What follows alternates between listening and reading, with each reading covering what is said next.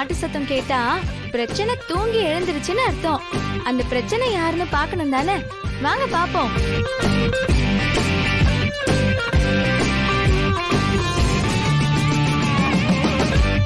இதோ இவதான். இதான் என் அக்கா, பேரு ரித்திகா. நீங்களே பாருங்க.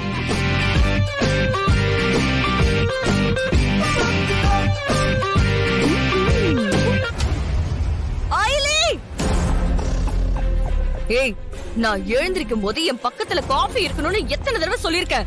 ஆமா, இவ பெரிய இங்கிலாந்து இளவரசி. இவ எந்திரிக்கும் போதே கையில காப்பி கொண்டு வந்து நீட்டுவாங்க. போய் எந்திரிச்சு குடிப்போ. நான் ஒண்ணு இந்த வீட்டு வேலைக்காரி இல்ல. அயலியும் இந்த வீட்டு வேலைக்காரி இல்ல, அவ உன் அக்கா.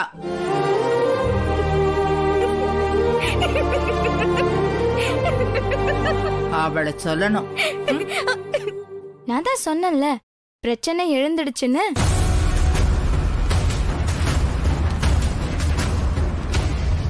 எதுக்கு இங்கே நிக்கிற?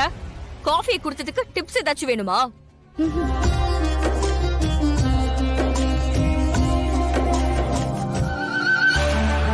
ஃப்ரெண்ட்ஸ், இப்ப நீங்க பார்க்க போறவங்க யாருன்னா எங்க அம்மா. பேரு ஜமுனா.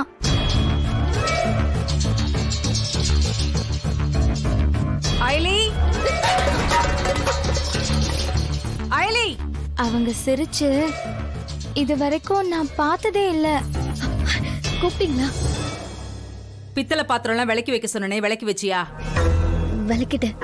கோயிலுக்கு போகும்போது வீட்டுல அழுக்கு துணி இருக்க கூடாது. எல்லாமே துவைச்சு வச்சுட்டேன். மாயில எல்லாம் பறிச்சு வைக்க சொன்னனே, பறிச்சிட்டியா? அது மட்டும் தான் பண்ணணும். இப்பவே போய் பண்ணி வச்சிடுறேன். போ. அம்மா, தீச்சட்டிக்கு மாயில கட்டணும். நான் கொஞ்சம் மாயில பறிச்சுக்கிறேன். உனக்கு வலிக்காம பறிச்சுக்கிறேன்.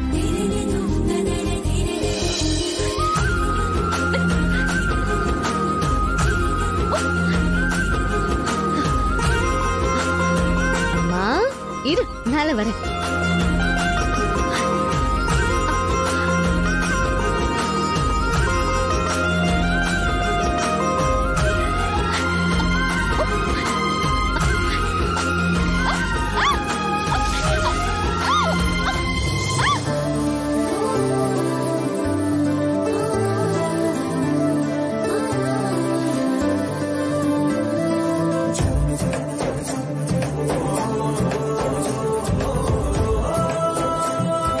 அயலி, பார்த்து வேலை செய்ய மாட்டியா? எழுந்துரு.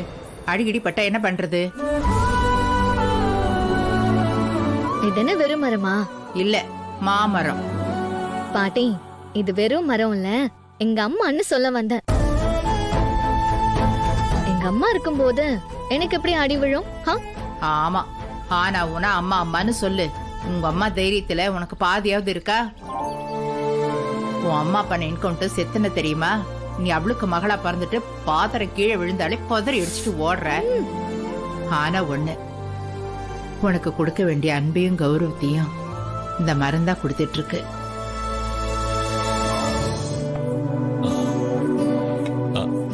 அம்மாடி அயலி, சொல்லுங்கப்பா. இன்னைக்கு காஃபி ரொம்ப நல்லா இருந்துச்சு. தேங்க்ஸ்டா.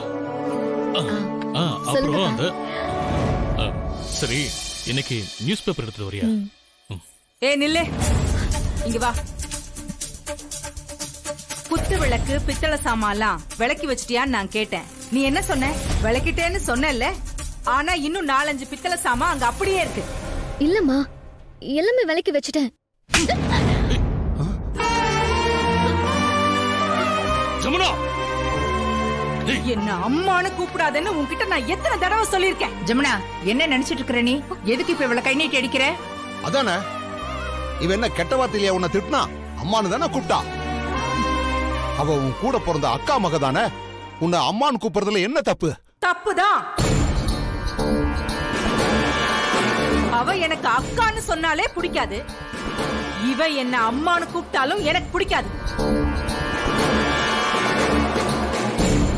தயவு செஞ்சு நீ இந்த விஷயத்துல தலையிடாத. அண்ணே, வந்தியா? உன் மருமகளுக்கு அந்த பொறி உருண்டை குடுத்தியா? போயிட்டே இருக்கணும்.